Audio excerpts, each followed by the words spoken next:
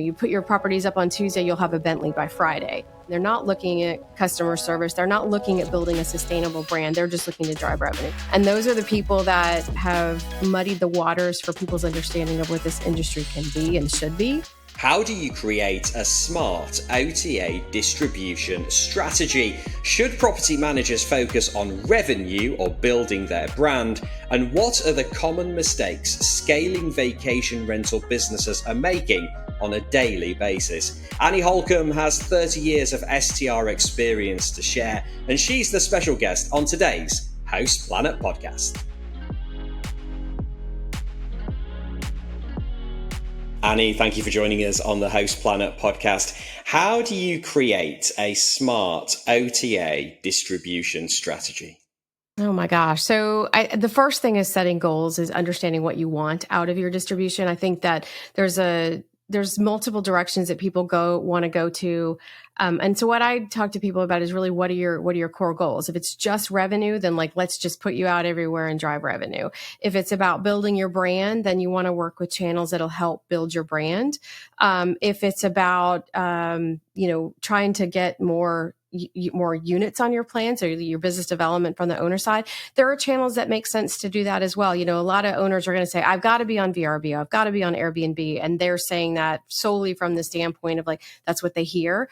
But there's also a sense in the Americas, at least, and I think it's getting, it's spreading globally, is Marriott Homes and Villas. A lot of the people that own properties are Marriott Bonvoy members. And so for them, it's prestige of being on that channel. So if you can get your properties on those channels, a lot of time that'll kind of be a business development tool for you. So I really think, again, I like to sit down with people and understand what are their goals. And then we can kind of create that menu of offerings for them for distribution from there.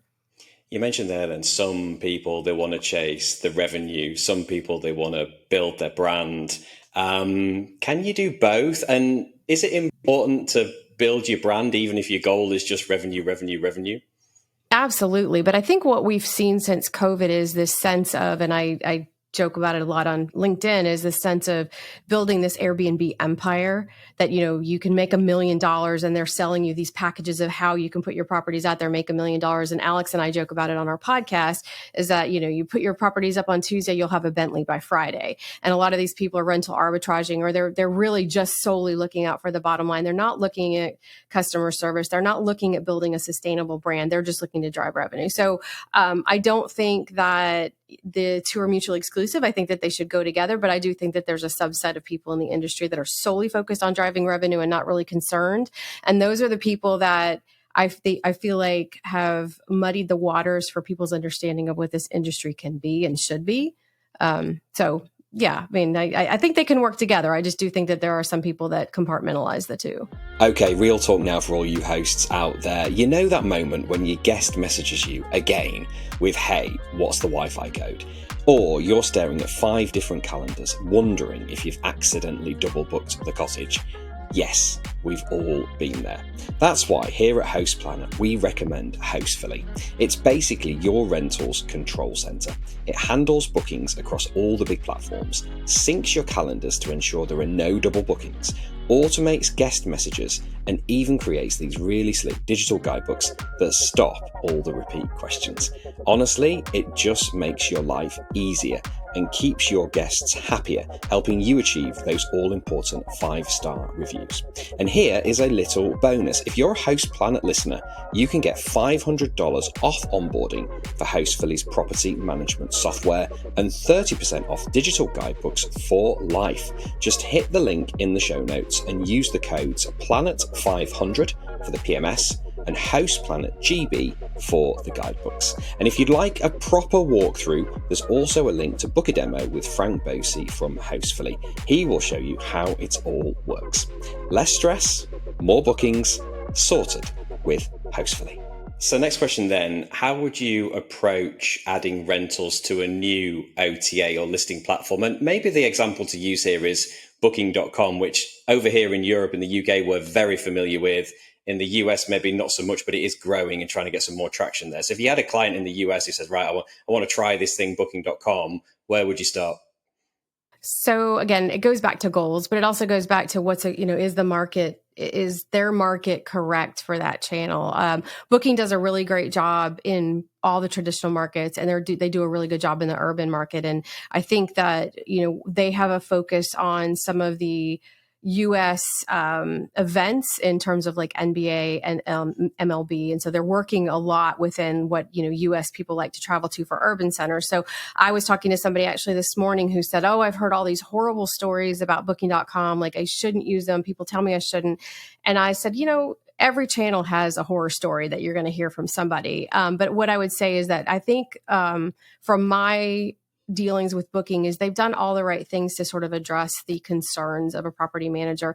They've addressed failed credit cards by offering payments by booking. They've addressed some of this communication with the guest because, let's face it, vacation rentals, and I don't know a lot about how it is in Europe, but there's rental contracts, there's rental agreements, and state by state that varies based on real estate laws and various rules for payment processing and those type of things. So they allow for a request to book, which is something that VRBO has always done. And so I think that they understand the need to customize their offerings in the US more so than some of the other channels have done. So I would caution everybody, if you're looking to try the channel, pick out a couple of pieces of your inventory that maybe are underperforming and see what they can do for you. I have always been of the experience that when you go live with Booking, you're generally getting a reservation within 24, 48 hours. So it proves itself out pretty quickly. It is one that you're going to, you might get more than you bargained for in the beginning just because it's different. But I think that overall it's a great lever to have in your toolbox.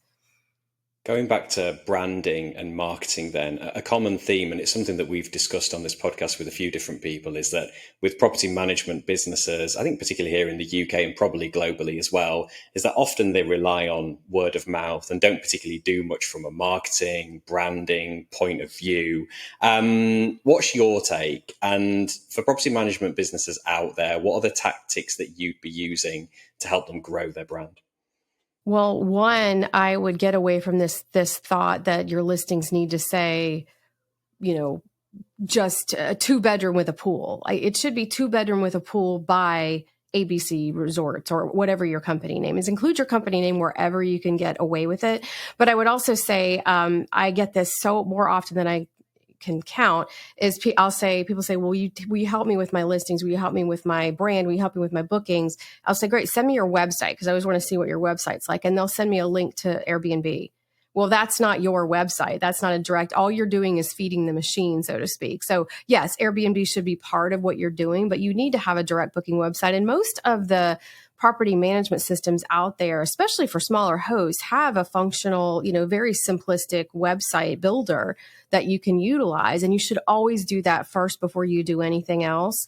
Also, make sure you have your about yourself on your website. I have dared to say there's really nobody that I've encountered that doesn't have a really compelling story or neat story about how they got in the business. There's very few people that said, this is a choice I'm making to get into this business and went about it methodically. It just sort of happened organically, or they inherited a business or whatever.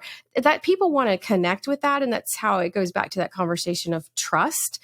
And you build that trust by being authentic and being yourself. And people get to know, oh, these people are in it for the right reasons. They're not in it to get a Bentley by Saturday. Yeah, it's funny. I was having a conversation with the host in Biarritz yesterday, and one of his tips was, have a personal profile on the OTAs. Don't have your company logo or anything like that. Show your face and personalize it, because people are going to be more likely to respond well to a person than they would to a company. Okay, then. So you've obviously worn quite a few hats in your STR career. Talk to us about the Annie and Co, the business that you've launched, and tell us what problems it's going to solve for people.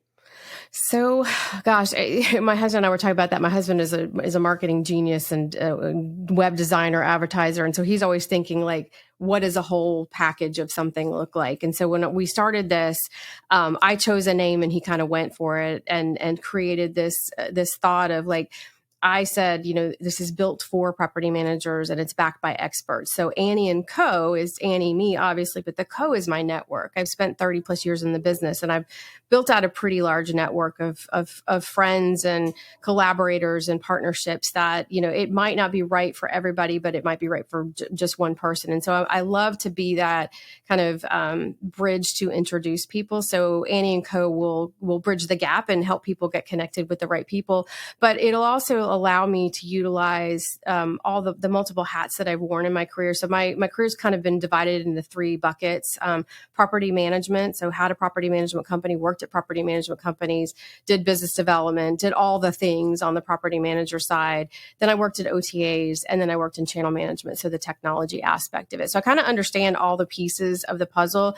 And it was kind of at just numerous friends who were doing various things that said, you know so much, why give yourself to just one organization when you could give it to other people? So this is kind of my way of taking everything that I've amassed in my head and sharing it with other people.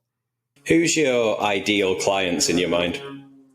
I have kind of two. I think it's those people that are at the, 25 to 50 unit range that want to take it to the next level. So they want to do more distribution. Maybe they want to grow their business, but they just haven't done any business development, because I think, a lot of the people that started in the industry post-COVID, they didn't have to go out there and try to find business. There was just people throwing units at them all the time. And then all of a sudden it's like, wait a minute, we need to think about a plan. Have I taken on the wrong unit? So trying to help people really kind of right size their business.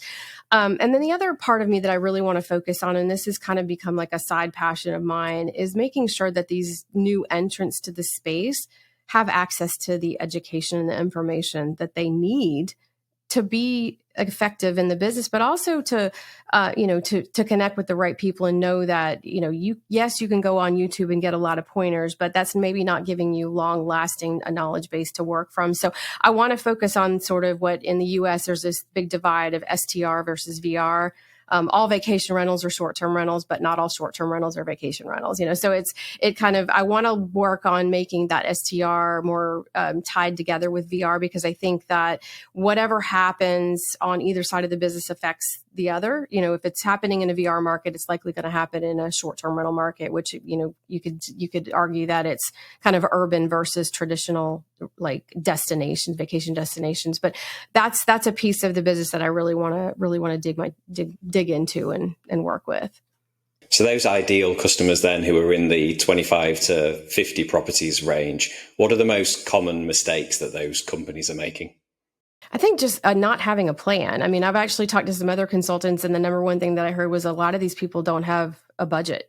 They have no idea what they're spending, and they get so focused on the customer acquisition that they forget about owner acquisition and really owner retention, and they become scared to have those communications. So I think it's really about setting those goals from the start, knowing what you want to be when you grow up, and if you don't want to grow up, that's fine. I mean, some people are very happy with being in that 25 unit range and don't want to be big, but I think it's just really sitting down and understanding what is it. Again, I was speaking to somebody this week who their business, they kind of fell into it. Friends asked them to manage units. All of a sudden, they're managing 20 or so units. They have a little bit of a website. They have a little bit of distribution, but they just don't know what they don't know.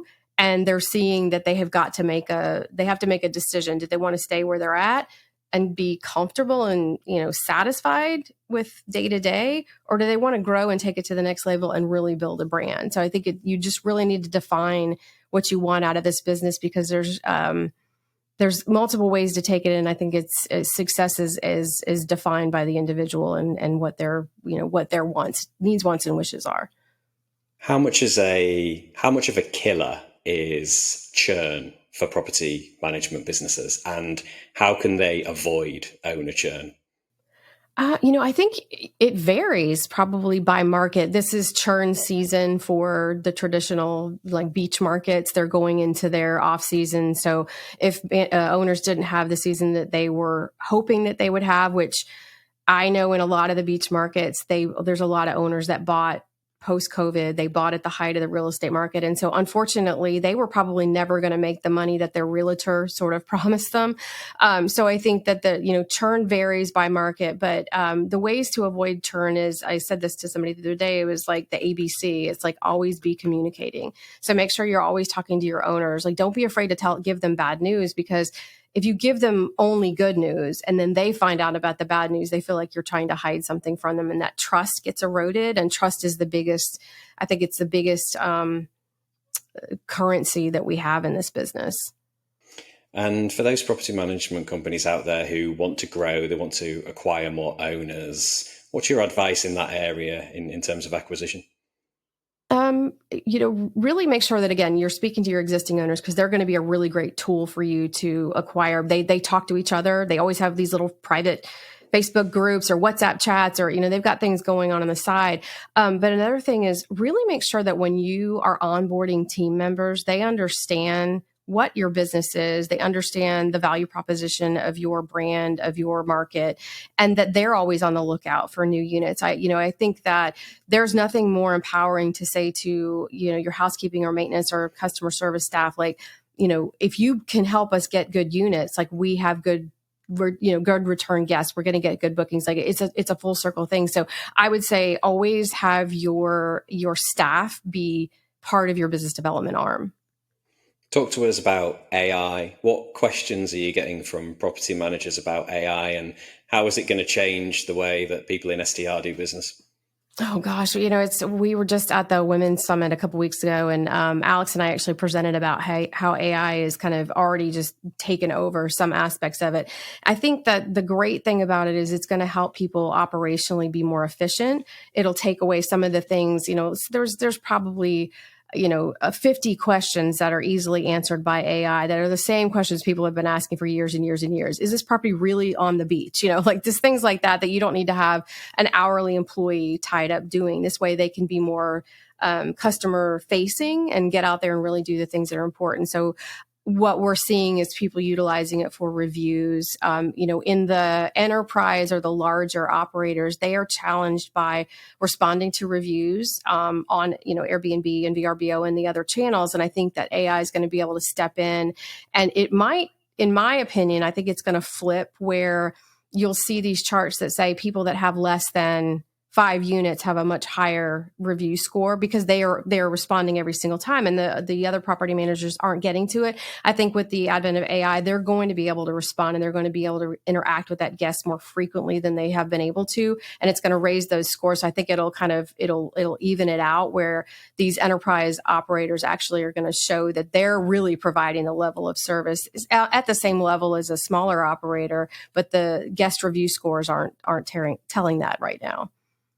Talk to us about podcasts then. Obviously, you're well known for being one half of Alex and Annie, the real women of vacation rentals. And I'm interested to know, how much has the podcast helped you from kind of a business development point of view and a networking point of view?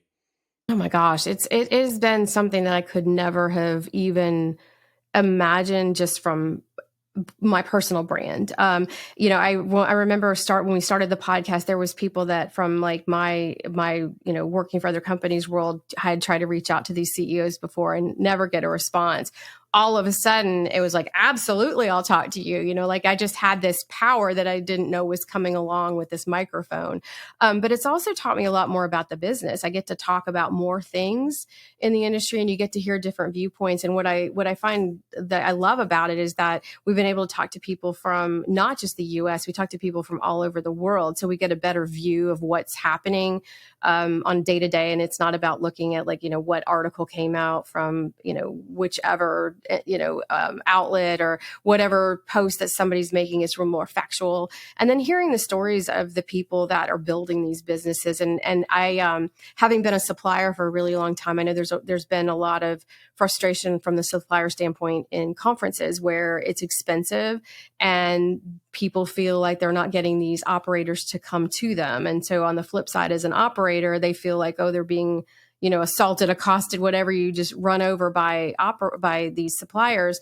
But I think just being able to see the two sides, and that most of these companies that are suppliers were built and founded by people that were property managers that had a problem and they found a solution and they solved it. And I think that needs to be more talked about. And I feel like Alex and I try to talk about that pretty frequently, but it's just opened doors that I didn't even know existed and put me at tables I didn't know I would ever be able to sit at. Fantastic. Yeah, lovely. And yeah, definitely opens doors and gets you the conversations with the decision makers, which is pretty amazing. Okay, then just before we get to the questions to finish, Annie and Co, tell us where people can find out more information. Annie and Co Solutions. It's anniecosolutions.com, or they can email me at Annie at anniecosolutions.com. Sorry, it's a big mouthful. We will put all that in the show notes, and we'll put your LinkedIn profile there as well, so people can get in touch with you directly. Thank you. All right, then a few questions to finish. Might be tricky because of all your connections, but your favorite brand in the STR industry? Oh my gosh, that is so hard. There's so many of them that are so good in so many ways.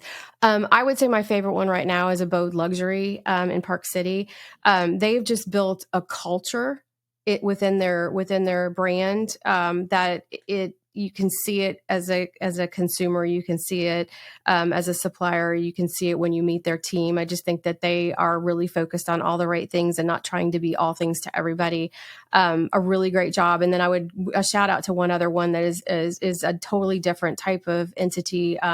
It's Antebellum's Cabin Rentals in Gatlinburg, Tennessee. Lauren Madewell and her family. It's a family-owned business, been around for numbers of years, but they just have fun with what they're doing, and they have fun with their guests. And if you haven't seen any of their stuff, they do a lot of videos on social. They have a bear that they dress up in and do kind of guest videos about how to use the Wi-Fi and how to use the toasters and all the things. And they've made it really fun and engaging. And so I like it when people mix up the way they do business. So those would be my two shout outs for the moment.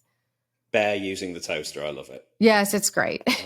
I love that. An individual in the STR industry you'd like to give a shout out to, and why? Oh gosh, right now my hat goes off to Tyann Marcink Hammond. Everybody knows her as the kind of the queen of guest experience, but I've known her for several years, and she's one of the people that sits kind of on my personal board of directors to help me navigate things. But what I love and respect about her is that she's always thinking big picture. She looks at whatever she's doing for her business. She thinks like, if I can do it, then other people can do it. She wants to share her knowledge, and I think she's doing some stuff with you, like for the FIFA World Cup coming to the US. And she just really jumped out and decided to put together an education platform for this, and is going to build it out and let other destinations utilize it. And she got Airbnb involved. She got booking.com involved. And this was just solely her just networking and trying to do it. And I said to her recently, typically you would think that something of this magnitude would come from a booking or an Airbnb, like one of the channels, but she was the one that organized it, and she's bringing all the people to the table. And I just admire her so much for all that she does for everybody in the industry. Yeah, she's doing an amazing job. And yeah, we can't wait for that event. We'll be there in Kansas in November. So yeah, it should be fantastic. Finally then, biggest lesson learned from your STR career? That there are no certainties. There is absolutely no certainties. And I found this very evident working with companies in Europe, because there's a mindset there of how things should be. And they'll say, why is it so different? And because we're Americans, we just like to have everything different. So I would just say that, go into every situation with an open mind, and knowing that what works one place doesn't necessarily work another. So it's all about being agile and flexible, and knowing that, there are just no certainties in vacation rentals. Fantastic. And I think that's a good way to finish. Annie, it's been a real pleasure. Good luck with the new business, and thanks for joining us on the podcast. Thank you for having me. Great to chat to Annie Holcombe there. Make sure you check out her new business. I hope you found that episode useful. All right, that's it for today's show. Remember, this podcast is brought to you in collaboration with Hostfully, which is trusted by short-term rental professionals across the globe.